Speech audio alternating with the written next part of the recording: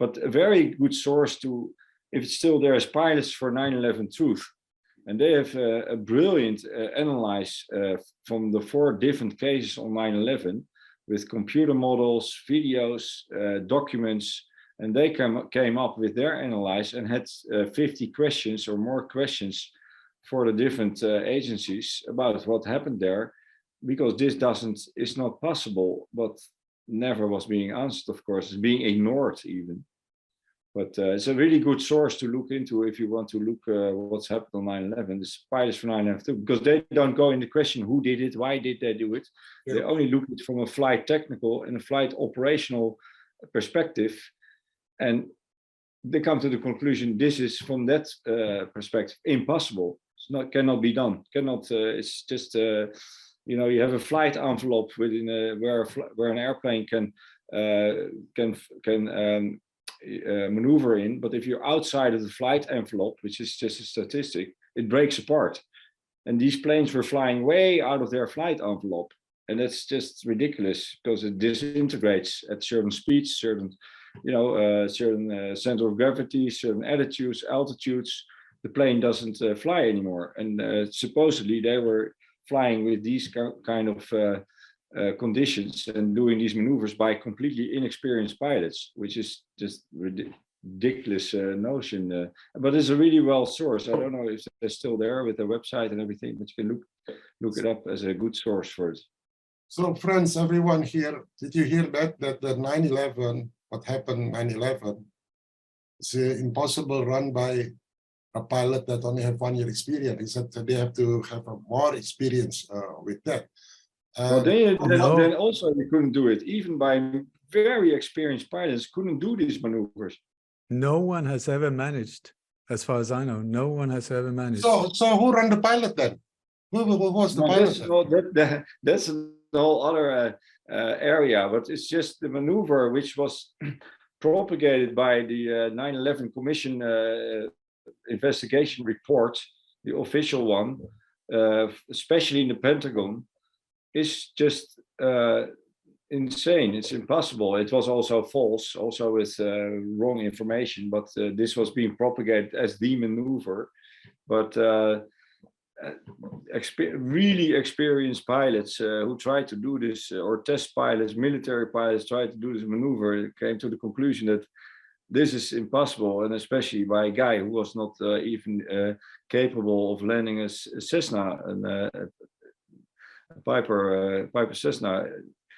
So, but just as a little extra detail when it comes to the planes, because 9/11 is so multi-layered, a massive operation, and the official story is there's not a single word that is true anywhere in this whole thing. But for instance, all of these phone calls that was made from the planes, is that correct, Willem, that at that point the planes did not have the capacity to with these phone calls? Yes, that was another thing as well, with these phone calls being made for a long time. That is impossible, technically impossible. Back then, especially, you lose reception after 1,000, 2,000 feet, and they were flying higher than the speed of sound at 30,000 feet, and had a really good contact. These are all issues. That's another good documentary. That's this guy who made this documentary, Italian guy. I forgot the name. Oh, so but, it's also fabricated, the phone call, right? So everything is fabricated. Everything, well, in the official story. So the commission who investigated have no answer until now, and they say that it's impossible to have a maneuver like that. Well, they did. You know, the official 9/11 report is ridiculous. It's a mockery. It costed like 5 million, where this investigation on Monica Lewinsky costed 150 million. And if you see the report, it's just very thin, basic, full with contradictions and completely technical, flight technical impossibilities. You have also the 9/11 Toronto hearings, 4-day Toronto hearings. It's very interesting to look up. You can watch that. I don't know, maybe I don't think it's on YouTube, but the Toronto 9/11 hearings, 4 days by scientists, all kinds from different areas. They talk about what happened on 9/11, and that's just from a scientific viewpoint impossible what happened over there. There's another angle. So that's not by pilots or people from aviation, but from a scientific viewpoint. 4-day 9/11 Toronto hearings, very interesting to watch. It's also completely self-evident that the official narrative is absolutely absurd. You got the NIST report also with, I don't know, thousands of architects and builders and construction people. All of them say there's not a single word that is true. Then one group that I'm involved in with the lawyers for 9/11, they're also saying, I mean, all of it is lies upon lies upon lies upon lies. All of that operation to start, for one thing, get the Homeland Security in place, the Patriot Act, but also to start the war on terror with 7, all of these wars that have followed on 9/11. And Oh, yeah, that's true.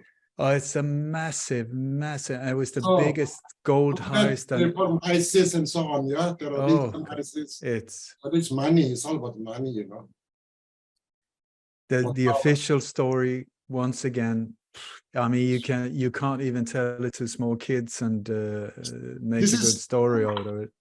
This is important, Willem, because the majority of Indonesian people are Muslim, right?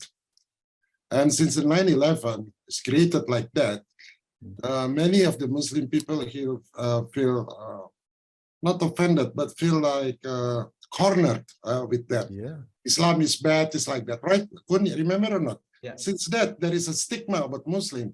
So this is the clash of civilization started in 2001, like the Samuel Huntington say. So actually this is by design, then we can say that, because after that, they create ISIS, they create Al-Qaeda, it's all American who do like that, right? So you're old enough, Willem, you know this, and you can analyze that. What wisdom you get from this about the world? The burning world, I can say, the burning world.